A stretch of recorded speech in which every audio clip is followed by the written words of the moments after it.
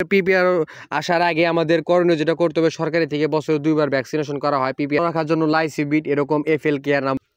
আসসালামু আলাইকুম, আশা করি সবাই ভালো আছেন, সুস্থ আছেন। আর যারা অসুস্থ আছেন তাদের সবার প্রতি আমার দোয়া রইল যেন দ্রুত সুস্থ হয়ে যান। তো আসলে আজকে আমার ভিডিওটা হচ্ছে ছাগল নিয়ে। তো ছাগল তো অনেকেই পোষেন, ছাগলের খামার তো অনেকেরই আছে। তো যাই হোক, ছাগল নিয়ে আলোচনা করব, কিছু পরামর্শ দেব। তো যারা যারা আমার ভিডিওগুলো সবসময় দেখেন সবাইকে ভালোবাসা অবিরাম থাকবে। আর দ্বিতীয়ত হচ্ছে যারা যারা আমাকে এখনও ফলো দেন নাই, ফলো দিয়ে পাশে থাকবেন। আর নতুন যেহেতু সবাই বেশি বেশি সাপোর্ট করবেন। আর দ্বিতীয়ত হচ্ছে আমার ভিডিও যদি ভালো লাগে থাকে অবশ্যই শেয়ার করে দেবেন, অন্যদের যেন উপকারে আসে।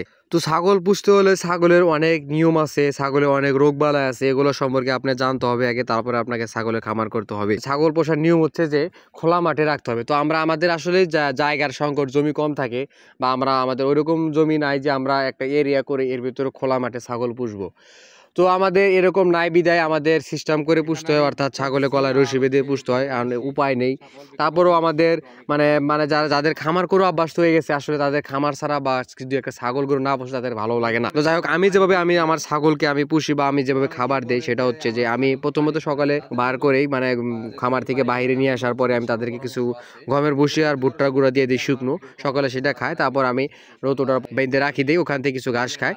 তো 10টা-11টা বাজে যখন রোদ উঠে যায় তখন পানি পিপাসা লাগে, তখন আমি তাদেরকে আবার ওই সেম ভুট্টার গুঁড়ো আর গমের ভুসি এগুলো দিয়ে আমি আবার পানি দিই। তো পানি খাওয়া শেষ হয়ে গেলে তাদের মোটামুটি পেটটা উঠে যাবে, পেট ভরে যায়। তো এভাবে খাওয়ালে দেখা গেল আপনার ছাগলটা স্বাভাবিক থাকবে, সুস্থ থাকবে, আপনার ঠিক মতো দুধ দিবে। আর একটা প্রবাদ আছে যে গাভীর মুখে দিলে ঘাস দুধ পাবেন 12 মাস। তো এটা ছাগলের ক্ষেত্রেও সেম। আপনি যদি আপনার ছাগল বা গরুকে ঠিক মতো কাছাকাছি দিতে পারেন তাহলে আপনার দানাদার খাবার কম লাগবে। কাছাকাছির উপরে কিছু নেই, কাছাকাছি দিবেন, আপনার ছাগল সুস্থ থাকবে, ঠিক মতো দুধ দেবে, পাশাপাশি আপনার প্রজনন ক্ষমতা ভালো থাকবে। আপনার বছরে অন্তত 2 বার ছাগল বাচ্চা দিবেই, মাস দিবে। আর কনসেপ্টের হারটা খুব ভালো থাকবে। তো ছাগলের বিশেষ রোগ হচ্ছে পিপিআর। এই রোগটা হলে আপনার দেখা যায় ছাগলের খামারটা ধ্বংস হয়ে যায়। তো এই রোগ থেকে আমাদের বাঁচার যে করণীয় বা উপায় যেটা আছে সেটা সম্পর্কে আমরা জানবো।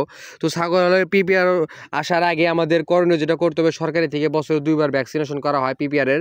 তো ভ্যাকসিনটা বাধ্যতামূলক আমরা করে নিব। তো ভ্যাকসিনের পাশাপাশি আমাদের পিপিআরের একটা সিজন থাকে যে এই সিজনে এই রোগটা বেশি প্রকাশ পায়। তো সেই সিজন আসার আগেই আমরা বাজারে লাইসিবিট বা রোগ প্রতিরোধ ক্ষমতা ভালো রাখার জন্য লাইসিবিট এরকম এফএল কেয়ার নামক অনেক ওষুধ আছে, এগুলো আমরা খাওয়াবো। তাহলে দেখা যাবে আমাদের ছাগলের বডির ইমিউনিটি ভালো থাকবে, রোগ হবে না। তো যারা যারা আমার পুরো ভিডিওটাই দেখলেন সবাইকে ধন্যবাদ। সুস্থ থাকুন, ভালো থাকুন, আর পরবর্তী ভিডিও পর্যন্ত অপেক্ষা করুন। ভালো থাকবেন। আসসালামু আলাইকুম।